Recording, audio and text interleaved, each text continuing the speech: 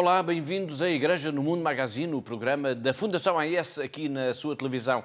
Sou o Paulo Aido e ao longo dos próximos 50 minutos vamos levar até si um resumo do que de mais importante se passou no mundo no que diz respeito à vida da Igreja Católica, nomeadamente em relação aos cristãos perseguidos, à Igreja que sofre. Hoje a Igreja no Mundo Magazine tem um novo cenário, arrancou com um novo genérico, está com uma cara nova para assinalar 50 emissões regulares. Há 50 semanas que levamos até si notícias da Igreja perseguida no mundo. Há 50 semanas que levamos até si a mensagem da Fundação AES. É bom saber que está aí desse lado. Todas as semanas, sempre a esta hora, sintonize connosco. Sintonize com a ajuda à Igreja que sofre.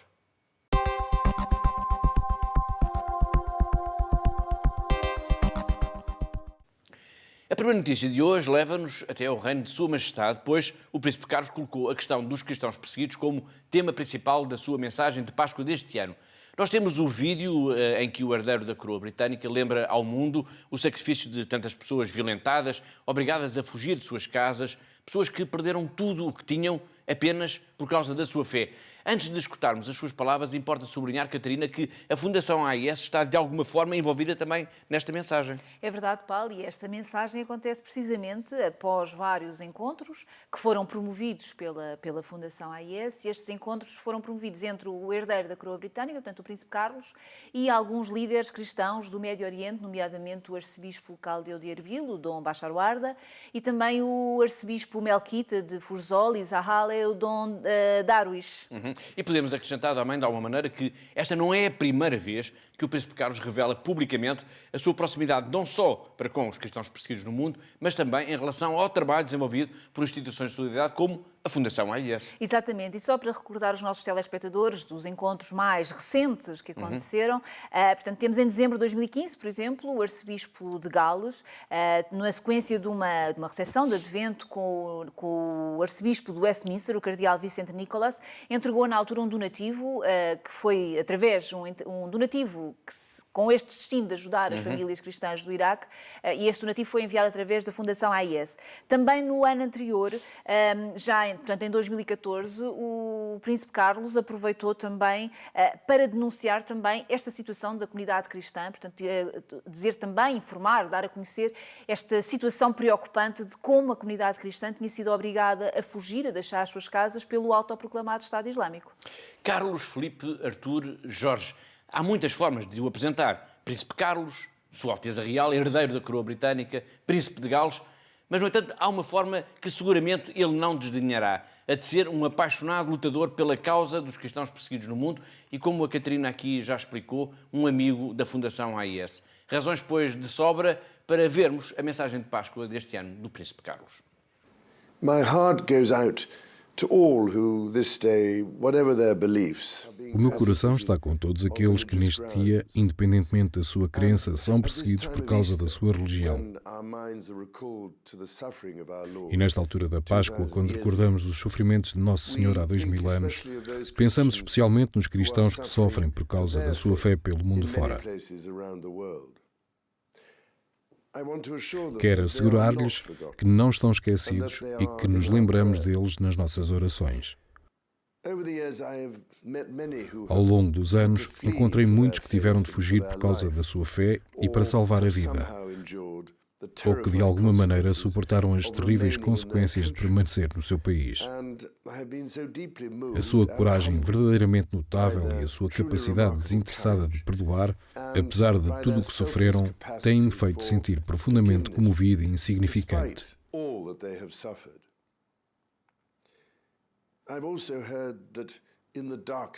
Também ouvi que na escuridão há pequenos raios de luz, sinais de ressurreição e de esperança, de como os cristãos, lenta mas seguramente, após terem sido obrigados a fugir das suas terras, começam a regressar e a reconstruir os seus lares arrasados.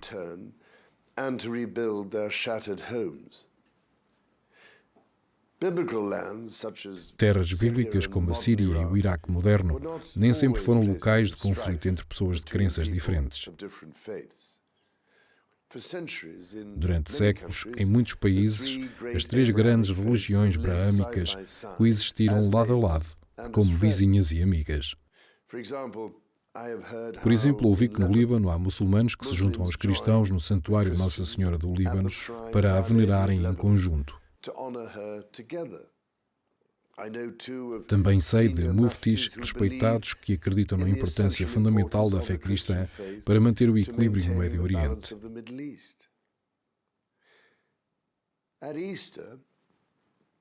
Na Páscoa, ao recordar o sofrimento de Nosso Senhor, também recordamos Maria, sua mãe, e o tormento de tristeza que ela suportou. Maria ocupa uma posição única e elevada tanto no Islão como no cristianismo.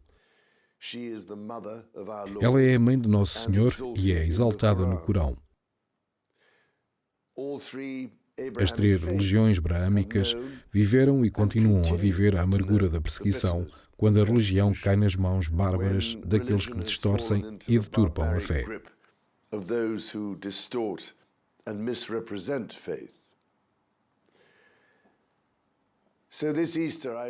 Assim, nesta Páscoa, quero louvar a fortaleza de todos aqueles que, qualquer que seja a sua religião, são perseguidos por se manterem fiéis à verdadeira essência das suas crenças.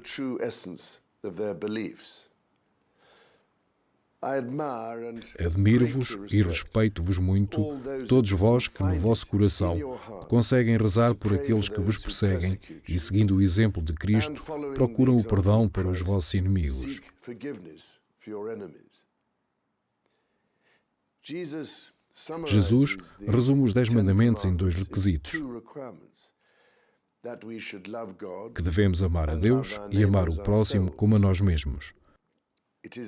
Portanto, a minha oração especial nesta Páscoa é que eles sejam o vosso guia e a vossa inspiração.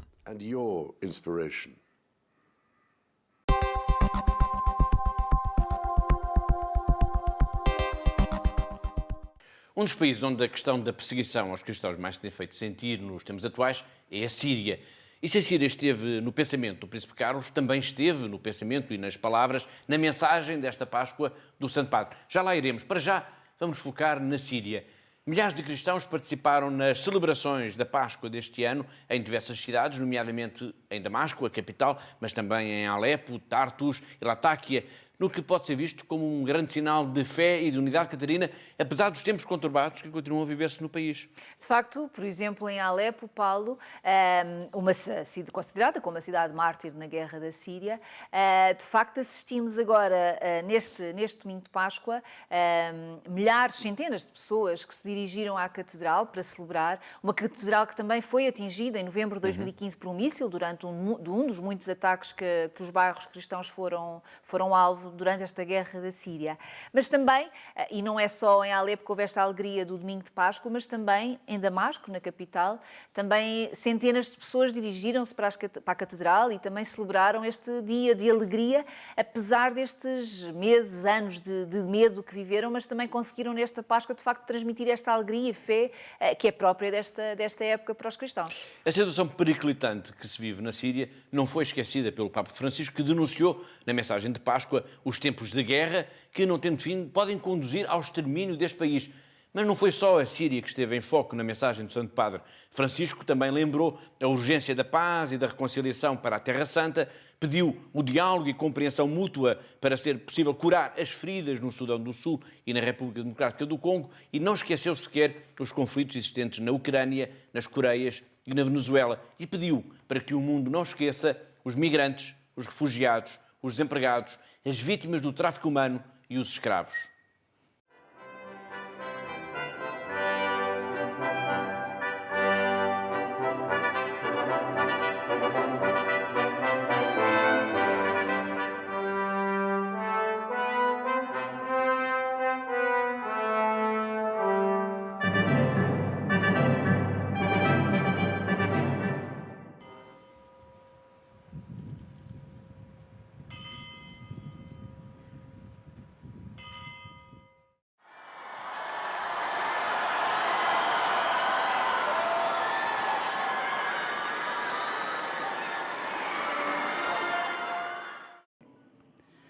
Noi cristiani crediamo e sappiamo che la risurrezione di Cristo è la vera speranza del mondo, quella che non delude.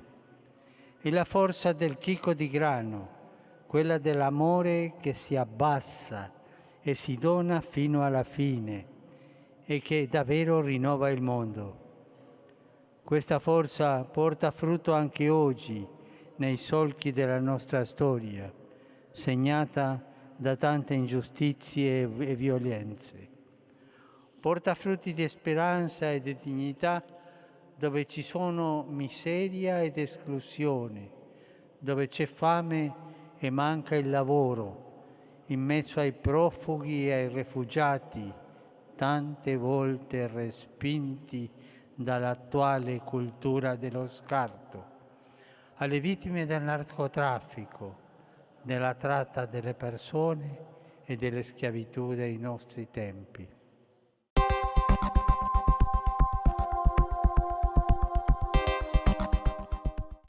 Alepo, a procissão, a manifestação de fé de que a Catarina referiu há pouco, é um sinal visível, uma manifestação pública da vida religiosa dos cristãos na Síria. Mas há muitas outras manifestações menos conhecidas, menos divulgadas, mas não menos importantes. Exemplo disso é o voluntariado de que os estudantes do Centro de Educação da Paróquia Latina de Alepo fazem, sempre que podem, junto dos hospitais e centros de saúde. Os nossos colegas do Christian Media Center acompanharam alguns destes jovens numa ação de voluntariado com crianças com cancro. Mais de 500.000 pessoas já morreram desde o início da guerra civil na Síria há exatos 7 anos. Unfortunately, the situation is still dangerous. After the decision of the Security Council of United Infelizmente, a situação ainda é perigosa. Depois da decisão do Conselho de Segurança por parte das Nações Unidas de determinar trégua, a situação da população é complexa. Continuam as mortes em Damasco. Prossigamos em busca pela paz em meio a esta guerra. 2 days, more than 100 mortars hit Damascus. We are still looking for the peace in the darkness of this war. O setor da saúde está entre os mais prejudicados. A organização Save the Children indica que entre julho de 2017 e janeiro de 2018 ocorreram pelo menos 92 ataques em hospitais, ambulatórios e ambulâncias da Síria. Na contramão desta realidade sofrida, estudantes do Centro de Educação da Paróquia Latina de Alepo visitaram a seção de crianças com câncer do Hospital Universitário da cidade. Muitos dos pequeninos sofrem, além da enfermidade, por terem perdido familiares e pessoas próximas. As visitas e as demonstrações de carinho, no entanto, devolvem a eles o sorriso e a esperança.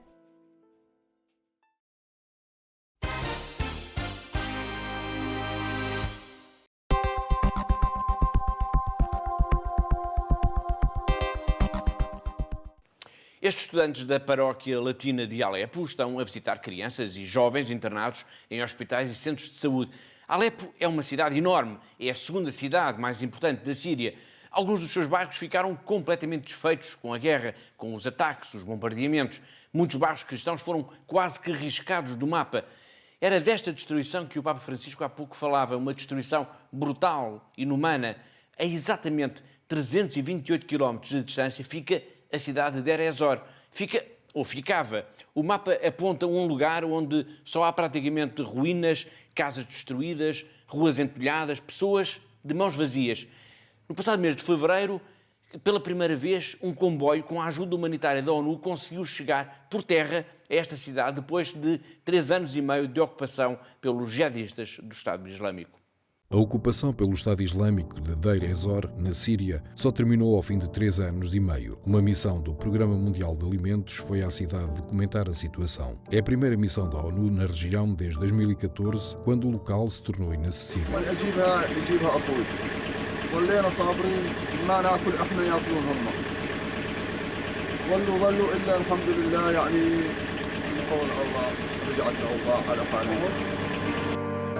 Mais de 100 mil pessoas moram hoje em Deir ez-Zor.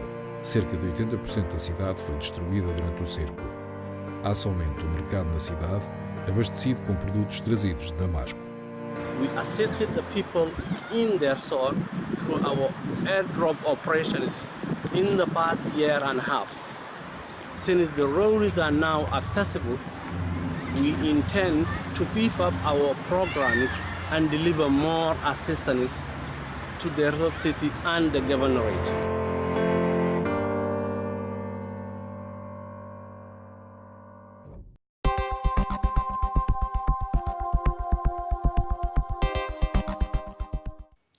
Um país onde a questão da perseguição aos cristãos não tem estado muito em foco é a Indonésia, mas não é por isso que a comunidade cristã tem menos razões para estar preocupada. Ainda recentemente, o Supremo Tribunal da Indonésia rejeitou a possibilidade de rever o caso do ex-governador cristão condenado à prisão por blasfémia.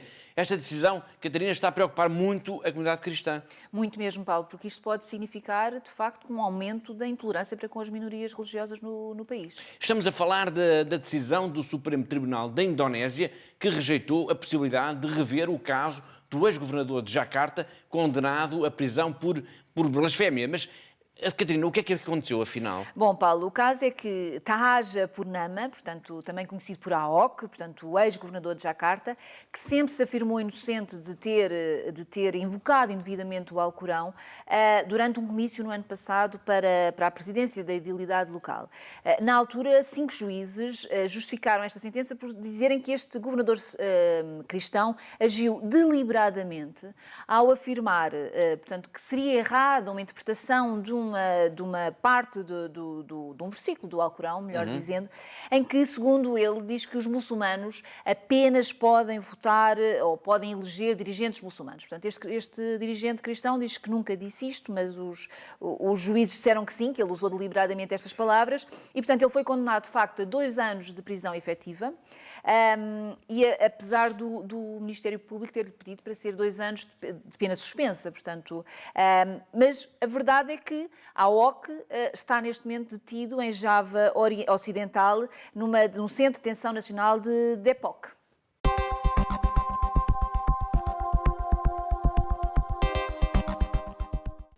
Há pouco, quando recordámos a mensagem de Páscoa do Papa Francisco, ele lembrou a situação difícil, em alguns casos mesmo trágica, que se vive em certos países africanos, como o Sudão do Sul ou a República Democrática do Congo.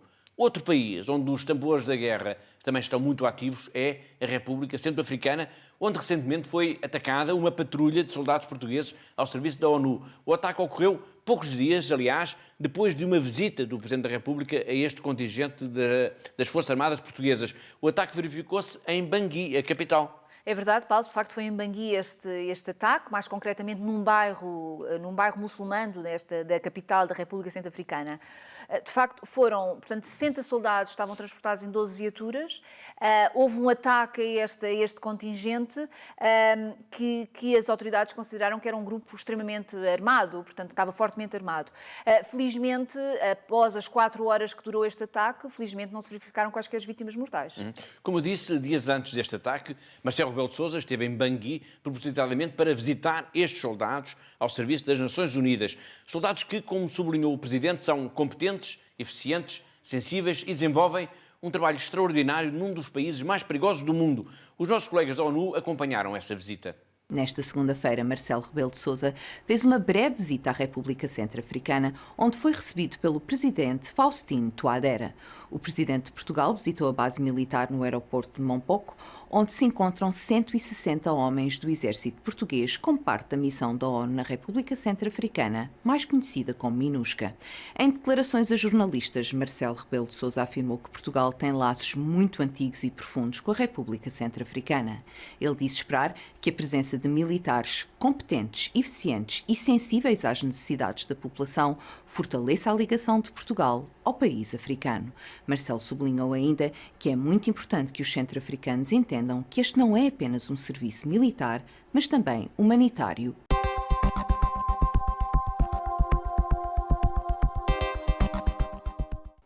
República Centro-Africana. Vamos tentar conhecer melhor este país para melhor podermos compreender o que se está a passar e a razão dos ataques e até a necessidade da presença dos capacetes azuis da ONU. Vamos agora retomar o contacto com o padre Gaetan Gabacha, que está a estudar em Espanha, mas que pertence à diocese de Bangassou. Hoje ele vai explicar-nos a origem deste problema, de como o país ficou dividido entre bandos armados que têm levado à destruição e morte de tantas aldeias, vilas e até cidades. O país está como que dividido em 2 grandes grupos, os Seleka e os Anti-Balaka. Mas como é que tudo isto começou?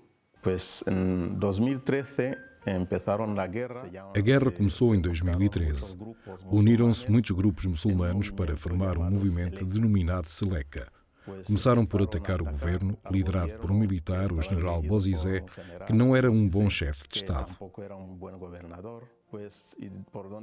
Sempre que atacavam, saqueavam as igrejas, destruíam capelas, mas roubavam principalmente os carros dos sacerdotes, dos missionários e dos bispos. Quando chegaram à capital e tomaram o poder, o país já estava completamente destruído.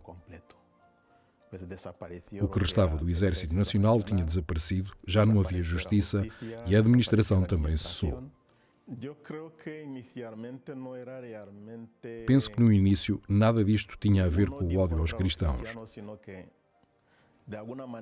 Eles pretendiam tomar o controle do país e desta forma reforçar o islamismo para torná-lo mais proeminente, mais respeitado e mais poderoso.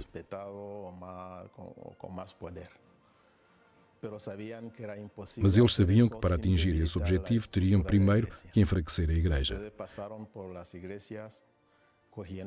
Por isso atacaram as igrejas, saqueando e destruindo edifícios inteiros. Contudo, não destruíram só igrejas. Destruíram e saquearam também edifícios governamentais para destruir documentos oficiais e, desta forma, criar um novo regime na República Centro-Africana. Eles quiseram pôr em marcha regime novo. Não puderam fazê-lo porque não estavam suficientemente equipados. Autoproclamaram um novo presidente, Joto Dia, mas este presidente foi incapaz de governar o país. O exército era constituído por bandos armados, assaltantes, criminosos violentos que desconheciam o que significava pertencer a um exército. Muitos deles proclamaram-se a eles próprios generais ou coronéis e percorreram todo o país destruindo, matando e violando. Tudo isto alarmou a comunidade internacional. Todos compreenderam que esta situação tinha de mudar.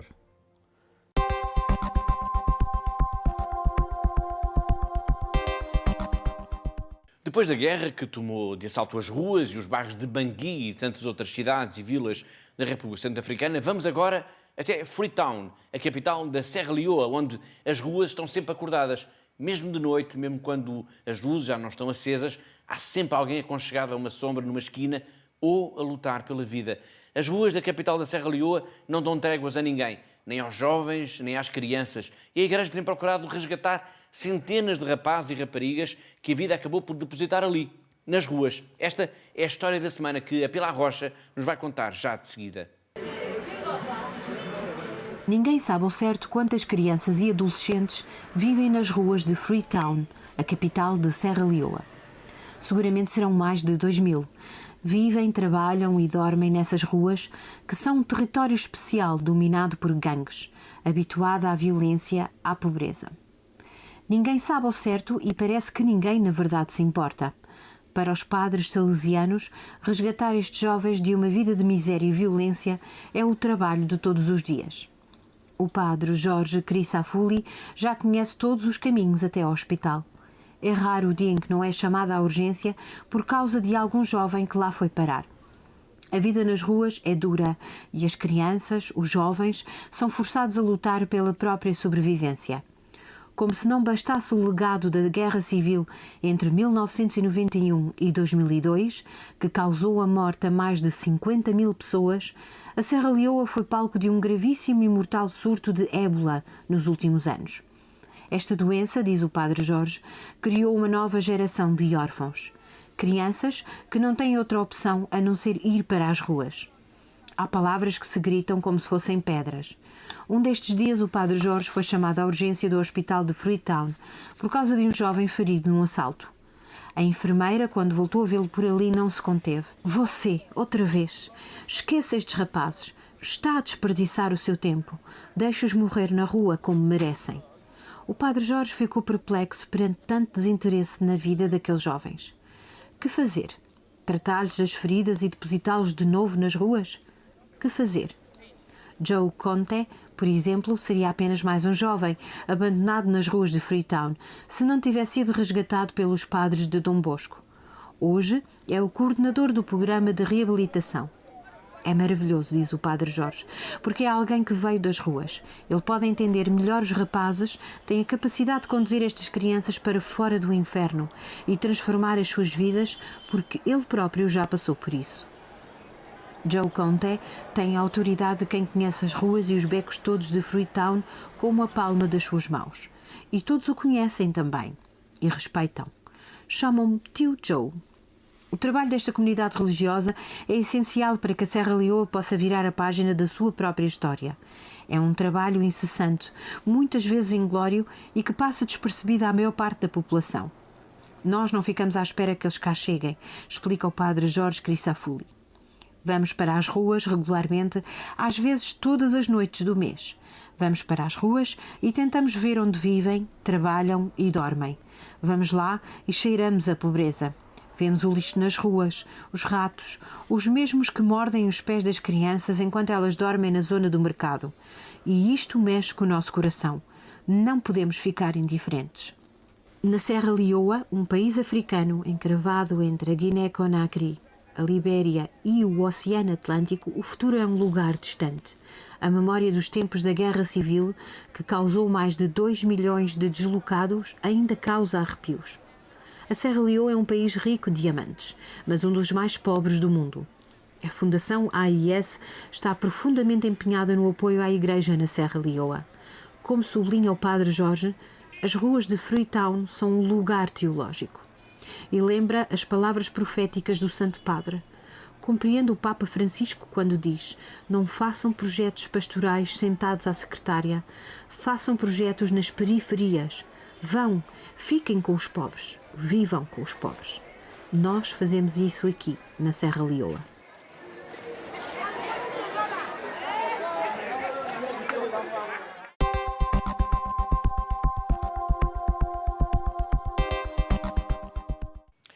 Da violência das ruas de Freetown para a violência das ruas do México. O México é classificado como um dos países mais violentos do mundo e é também um dos países mais perigosos para os padres, para as irmãs, para a Igreja.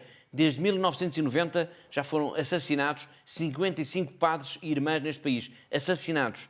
Vamos agora escutar o testemunho de Dom Ramon Castro. Ele já foi embaixador da Santa Sé, já esteve na Zâmbia, esteve no Malawi, esteve em Angola e agora está no México, na diocese de Cuernavaca, onde diz é a voz dos que não têm voz. Dom Ramon esteve por estes dias em Paris, onde participou na Noite dos Testemunhos, uma iniciativa local da Fundação AIS. Hoje, Dom Ramon vai trazer-nos duas histórias terríveis de um país mergulhado na violência do tráfico da droga e da extorsão. Lembra-se das palavras do Papa Francisco na mensagem da Páscoa? Ele pediu para que o mundo não se esqueça dos migrantes, dos refugiados, dos desempregados, das vítimas do tráfico humano, dos escravos. Pois bem, muitos deles vivem no México. Dom Ramon conhece alguns. Hoje vai contar-nos duas histórias. Um jovem de 18 anos, fugindo da violência do estado de Guerrero, mudou-se com a sua família para uma das nossas cidades. Foi contactado por um dos bandos criminosos e forçado a traficar droga.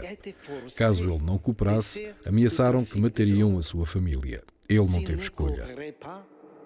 Ils ont menacé de tuer sa famille. Il n'avait pas le choix. Depois disseram a este jovem para matar determinadas pessoas. Ele contou à mãe e ela pediu-lhe que se lembrasse dos princípios que lhe tinha ensinado em casa.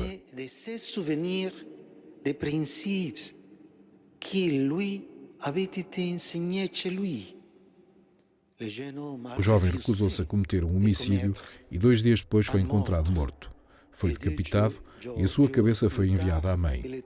Até hoje o resto do corpo ainda não foi encontrado. Essa tête a été envoyée à sa mère. Aujourd'hui, le reste de son corps n'a pas été retrouvé. A segunda história diz respeito à questão das extorsões.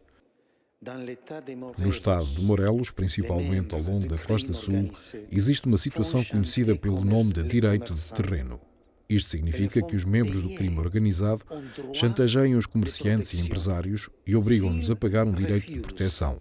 Se eles recusam, as suas empresas são incendiadas ou destruídas e a vida dos proprietários corre perigo.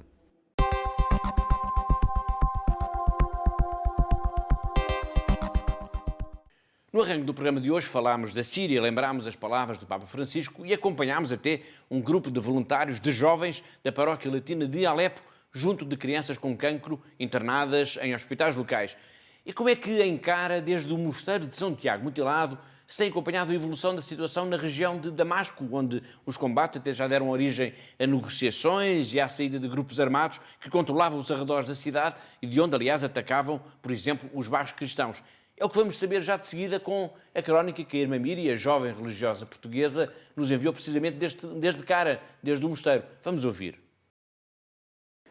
Nós aqui habitualmente não comunicamos com o exterior durante a Quaresma, mas desta vez decidimos que antes da Páscoa era bom enviar uma mensagem de informação e também de pedido de ajuda para todos aqueles que quiserem participar. Certamente neste último mês vocês ouviram falar que aqui na Síria tem havido um grande conflito perto de Damasco.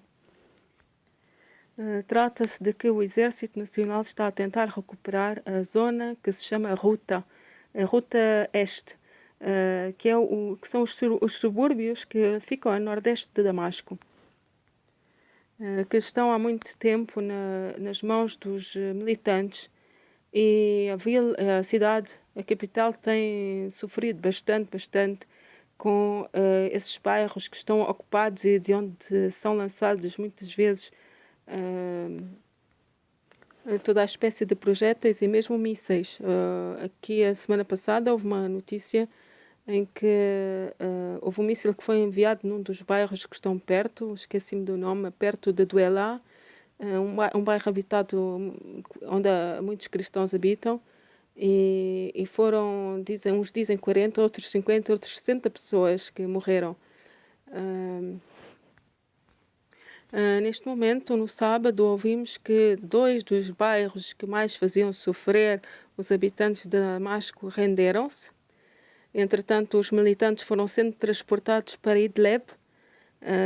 O governo toma essa iniciativa de possibilitar aos terroristas, aos militantes armados, de deixar o lugar e de serem transportados para as zonas que ainda não foram libertadas, e assim evitam que haja mais danos imobiliários e também mortes e feridos. E no dia de Ramos, uma notícia nova, disseram-nos no dia seguinte que mais o último bairro que tinha aceitado render-se, e neste momento estão a fazer as tratações para também transportarem os militantes que não se quiseram render, e vão transportá-los com as suas famílias. Ouvi falar de cerca de 1000 militantes, quer dizer, com a família, cerca de 6.000 pessoas a serem transportadas para Idlib, que é a província que fica no norte da Síria, ao lado de Alepo. Então, desta vez tratou-se do bairro de Duma, que foi o último que ainda não se tinha rendido. Agora as pessoas em Damasco já no sábado estavam a festejar, e desta vez, agora já sem medo de que haja mais bombardeamentos, agora já podem começar a festejar. Ainda dizem, está quase acabado, agora mais um bocadinho, e depois, enfim, pode-se descansar.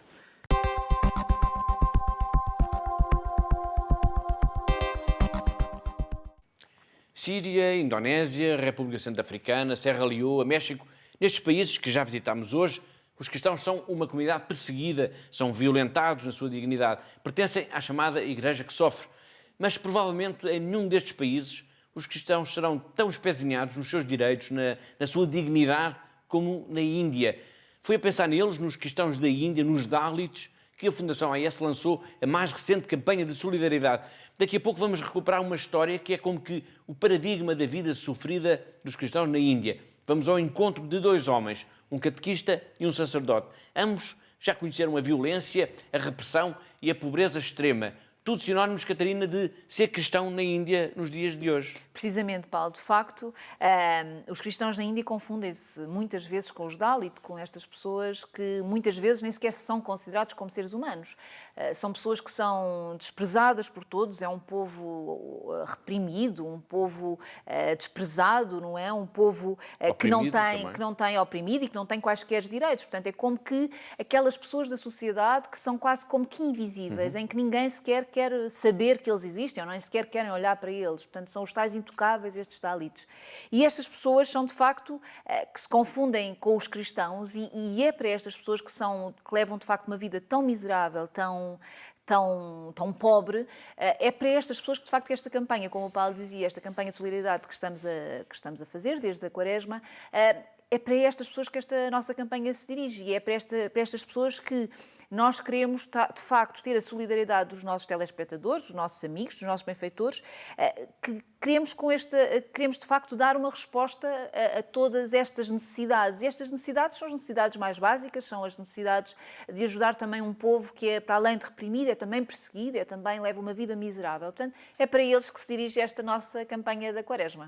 Já iremos falar um pouco de como é possível os portugueses, os nossos telespectadores, ajudarem os cristãos da Índia. Mas já vamos então conhecer o padre Praful e o catequista Francis. Ambos sabem bem o que é viver num país em que os cristãos são perseguidos. We had mass in one of the house. There is no chapel in that village. उसके बाद में मैं निकला, फिर वहाँ भीड़ देखा, फिर भीड़ के पास में गया, बोला क्या हो रहा है, तो क्या बोलेंगे वो लोग, क्या हो रहा है, यहाँ धर्म प्रचार करने के लिए आए हो, आपको कई बार मैंने मना कर देखे लेकिन आप नहीं माने से करके बोले। और उसके बाद में तुरंत ही इकट्ठा होकर के लाठी से हमारे ऊपर सिर पर मार ही दिए। उसके बाद मैं तो बेहोश हो गया। मैं तुरंत ही क्षमा किया, जैसे ठीक हुआ वैसे ही मैंने उन लोगों को क्षमा कर दिया। मतलब दिल से मैं क्षमा किया हूँ, सामने से क्षमा तो नहीं किया हूँ लेकिन मेरे दिल से उनको क्षमा किया। They don't want missionaries to enter that village. That is why they might have attacked him. But God's work is different. Those who before beat a catechist, they themselves came forward and asked for baptism. God is working in different way, and He has His own way to bring the people to Him.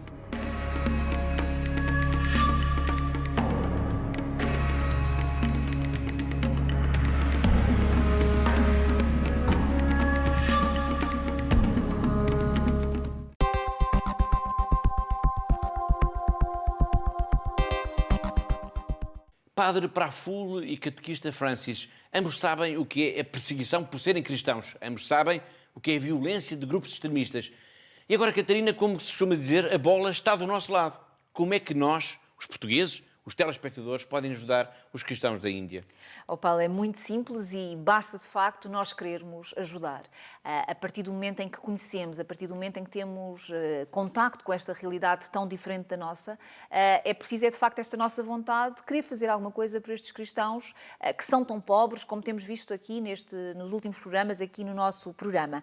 E, de facto, é preciso ajudar os padres, as irmãs, os catequistas, mas é também preciso ajudar estes milhões de pessoas que vivem desta forma miserável. E agora vou-me dirigir para quem nos está a ver lá em casa, para os nossos telespectadores, se sentiram tocados com estas imagens que temos mostrado aqui, por estas palavras que nós temos falado. Portanto, toda esta realidade, peço-vos, por favor, entrem em contato connosco, entrem através dos nossos telefones 21754-4000 ou 21754-4004 ou também através do nosso site, fundação-ais.pt. Portanto, vejam, entrem na nossa página, liguem-nos, peçam-nos mais informações sobre esta realidade e pedimos ajuda para estas pessoas. E como nós temos visto aqui, às vezes uma pequena ajuda nossa pode fazer a diferença. Nós temos assistido aqui vários programas, vários filmes em que falam de 60 cêntimos por dia para uma família poder sobreviver. Portanto, 60 cêntimos por dia é quanto é necessário para ajudar, de facto, uma família a sobreviver diariamente. Por isso, Conto com a sua ajuda, conto com a sua disponibilidade para ajudar estes cristãos perseguidos e, em nome de todos eles, muito obrigada pela sua generosidade.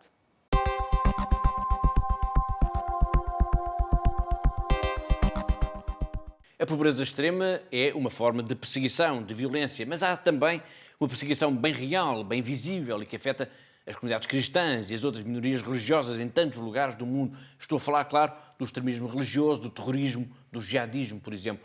Poucas pessoas poderão falar com mais propriedade sobre esta violência terrorista do que Henrique Zimmermann.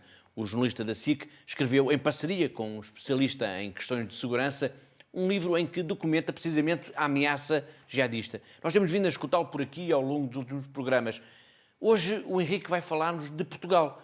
Está ou não o nosso país na mira de grupos radicais, de grupos terroristas? Vamos escutar a sua resposta.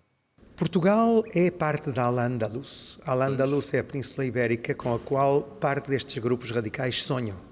O objetivo final deles, segundo eles me disseram várias vezes e em vários contextos... É recuperar esse auge do mundo islâmico, não é? E reocupar a Península Ibérica. Portanto, se isto é assim, e se não é só palavras para a galeria, é uma coisa, é uma política e uma estratégia real, eu acho que é preciso tomar isso em conta, é preciso conhecer as ameaças, há ainda muita ignorância, muitos estereotipos, e a partir disso aplicar uma estratégia contra estes inimigos.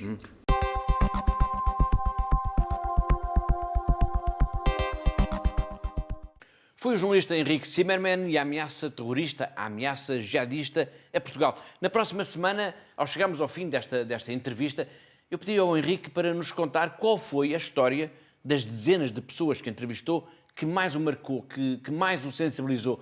Daqui a uma semana vamos escutar essa resposta.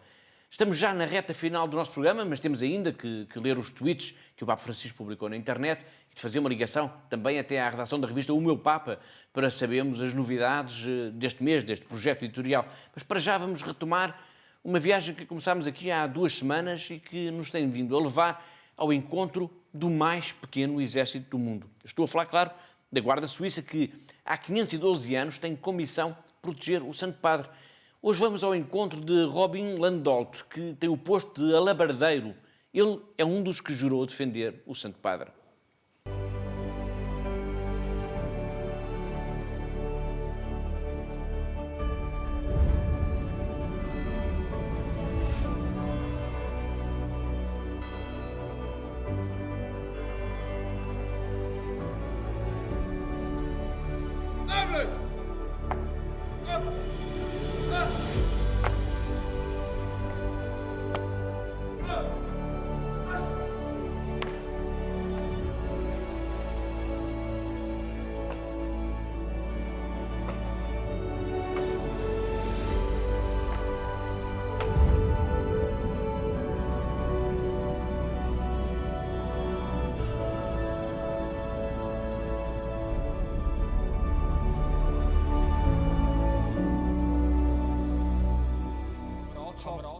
A camaradagem e a amizade são fundamentais para nós. Durante o tempo livre, temos a possibilidade de fazer muitas coisas. Praticamos muito desporto, vamos à biblioteca ou tocamos instrumentos na sala de música, além de ir à academia. Oder natürlich auch, man geht ins Palestra.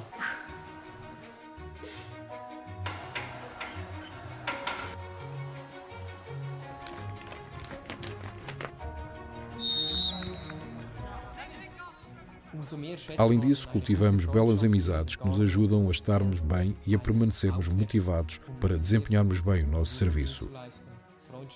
A amizade é muito importante e encontramos-la na Guarda.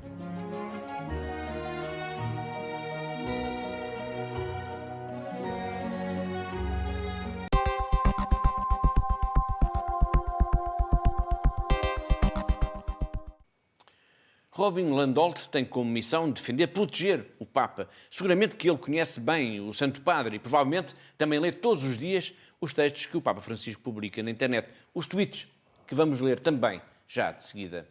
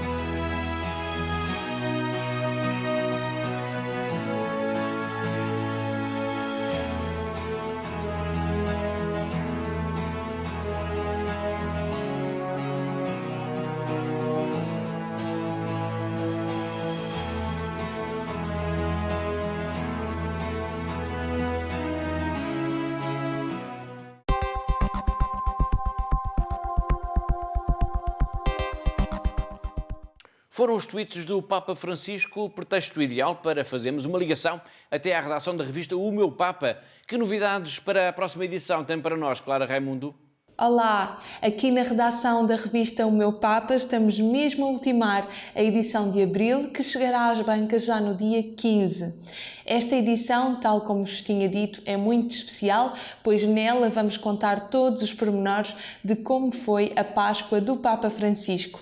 Mas há muitos outros motivos para não perderem esta edição número 20, e um deles é sem dúvida a entrevista exclusiva que fizemos a um padre de quem Bergoglio foi diretor espiritual. Nós fomos fazer esta entrevista a Buenos Aires, na Argentina. Falámos então com o padre Nardin, que nos contou imensos pormenores e episódios curiosos de quando o Papa Francisco era reitor do colégio que ele frequentou, o Colégio dos Jesuítas. Além disso, nesta edição falamos sobre a revelação que o Papa Francisco fez recentemente de que terá de ser operado às cataratas. Infelizmente, um mal de que muitos dos nossos leitores provavelmente também padecerão. E nós sabemos que o Papa Francisco, desde que foi eleito, nunca esteve hospitalizado. Tal deverá acontecer durante o próximo ano, 2019, em que será então submetido a uma cirurgia aos olhos. Explicamos tudo na próxima edição. Até para a semana!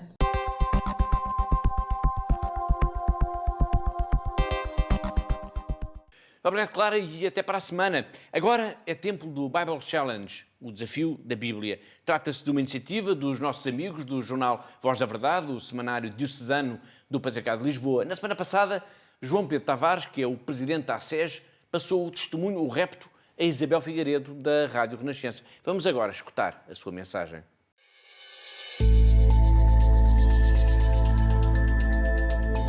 Fui surpreendida pelo convite amigo do João Pedro Tavares e aqui estou, grata por poder participar no Desafio da Bíblia, uma excelente iniciativa da Voz da Verdade. Quando me foi feito o convite, eu só me consegui lembrar da passagem do Evangelho em que é referido o facto de Jesus se retirar para rezar. São vários os evangelistas, mas eu escolhi São Lucas, que no capítulo 6, versículo 12, nos diz: Naqueles dias, Jesus foi para o monte fazer a oração e passou a noite a orar a Deus. Neste tempo em que estamos sempre a correr entre o trabalho e os compromissos, entre a família e os amigos, ler e reler esta passagem obriga-me a pensar, obriga-me a ver que o próprio Jesus fisicamente se retirou para rezar. Deixou os amigos e foi à procura do silêncio para o encontro com o Pai. E é isto que me desafia, é isto que me faz pensar. É isto que para mim é muito importante e me confirma uma certeza que eu trago impressa no coração. O encontro com Deus acontece na nossa intimidade, no silêncio, na nossa capacidade de nos pormos à escuta do que Ele nos diz e do que o nosso coração também nos diz. Sei que é aí que eu encontro as palavras de Deus para mim.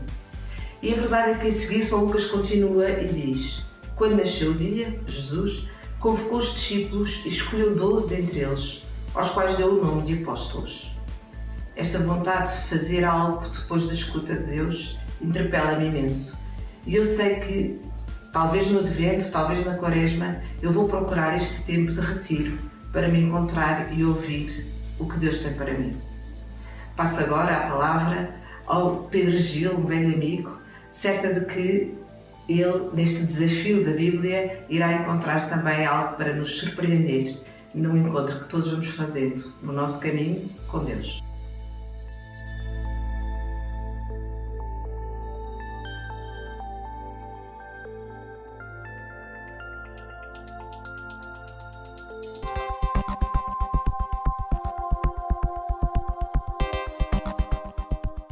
Foi Isabel Figueiredo, da Rádio Renascença, a ler a sua passagem favorita da Bíblia. Para a semana, cá teremos então o Pedro Gil, do Opus Dei. Estamos mesmo no final do nosso programa, mas antes de vermos o Papa Francisco no vídeo do mês, vamos lembrar aos nossos telespectadores, uma vez mais, Catarina, que todos temos uma maneira muito fácil de ajudar a Igreja que Sofre. Basta fazer uma cruzinha e nem sequer custa dinheiro. É verdade, Paulo. De facto, é apenas uma pequena cruz, uma cruz na nossa declaração de IRS, e já estaremos, de facto, a ajudar esta comunidade cristã. Portanto, mais simples não poderá ser, porque todos nós entregamos a nossa declaração IRS, todos nós podemos consignar uma parte do nosso IRS para uma instituição, e se quem nos está a ver lá em casa se sentiu tocado esta semana com as histórias que trouxemos aqui dos cristãos na Índia, dos cristãos no Paquistão ou na Síria, portanto, uma forma de ajudar rapidamente e muito fácil é, de facto, colocar esta cruz na nossa declaração de IRS. E, portanto, basta uma cruz que já está, de facto, a ajudar estes cristãos que são perseguidos, que têm também a sua cruz diária de serem cristãos em terras, em países onde há esta perseguição. E, portanto, é uma forma muito concreta, muito clara, muito rápida e muito fácil para nós fazermos. E por isso, quem nos está a ver agora lá em casa, se quiser ajudar esta comunidade cristã, pode entrar em contato connosco para saber mais pormenores, saber como poderá fazer. Podemos ajudá-lo a identificar, a preencher e identificar o campo onde se poderá colocar os nossos dados. E por isso, quem quiser, ligue-nos, tenha mais informações, que nós com muito gosto daremos essas informações. E já sabe, quem está a colocar esta cruz no IRS está de facto a ajudar esta comunidade cristã no mundo. Obrigado, Catarina. Depois deste alerta para se fazer uma cruz na sua declaração de IRS em favor da Fundação AIS, vamos então ver o vídeo do mês do Papa Francisco. La economía no puede pretender solo aumentar la rentabilidad, reduciendo el mercado laboral y creando así nuevos excluidos.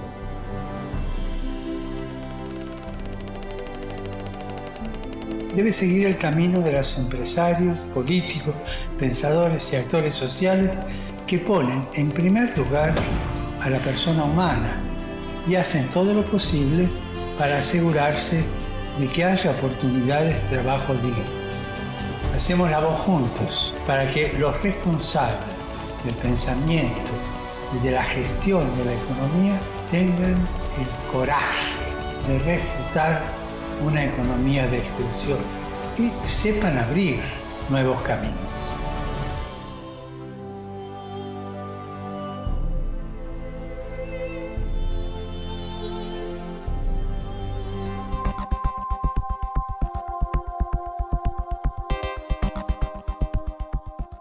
E assim, com este alerta do Papa Francisco, chegamos ao fim de mais um Igreja no Mundo Magazine, o programa da Fundação AIS, aqui na sua televisão. Em nome de toda a equipa que pensou, que produziu e que levou até si este programa, despeço-me com amizade. Até à próxima semana. Até ao próximo Igreja no Mundo Magazine, se Deus quiser.